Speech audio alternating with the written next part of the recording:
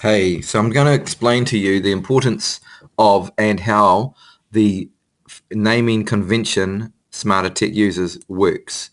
Firstly, to understand it, it's very important to have a proper naming convention. Even though the systems give you most of that information, you will get caught out, and this is why we have a proper naming convention, because you can never get caught out if your files are named with some sort of formula or way that you do things, system. I'll show you why. Over here you can see that there's the date. Now our naming convention actually puts the date at the front of the file name, as you can see here. The year, the month, and the day. It always is in that order. It is always the year first, and then the month, and then the day. That's how we do it. Next we put the person's last name and then their first name. And again, I'll show you why in a minute, and then what it's about. Okay?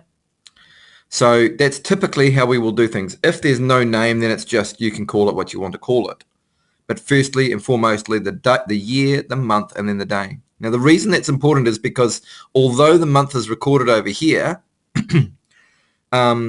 if you move files from one system to another, they will be recorded with the date that they were moved, which absolutely destroys all memory in the system of when that file was actually created and what it's all about. Well, it doesn't actually. You can go and find out, but it would be a ridiculous amount of work. So the naming convention protects the filing system. It doesn't matter whether it's got a date over here, it's got it on it anyway. We require all files to be filed, every single file to be filed with a date on it. Now, I know there are some in here that don't have it, and these are from previous. So we're looking in the partner supplier team, WebDog archive, and because it's an archive, there's some that don't have them there, and that's okay. But I require all files to be filed with a date at the first part of its name always. Now, give you an example. These are blank files, but I'm still going to name them. So today's date is this, 07 July, and it's the 18th, I believe. And it might be called testing. That's the name of that file. Okay, now this one here might be just a client name. If it's in the client folder list, it doesn't need the date on it. If it's a client folder, obviously we only need the client name, we don't need the date.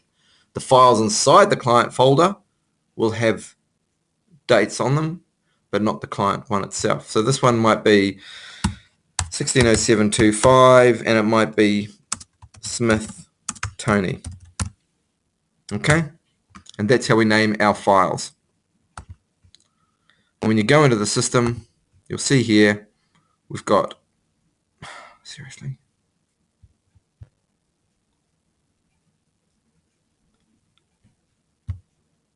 I'm going to rename them.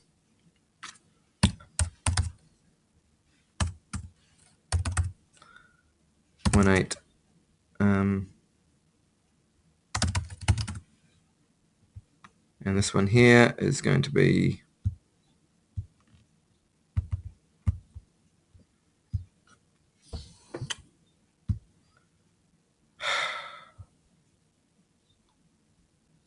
just hold on.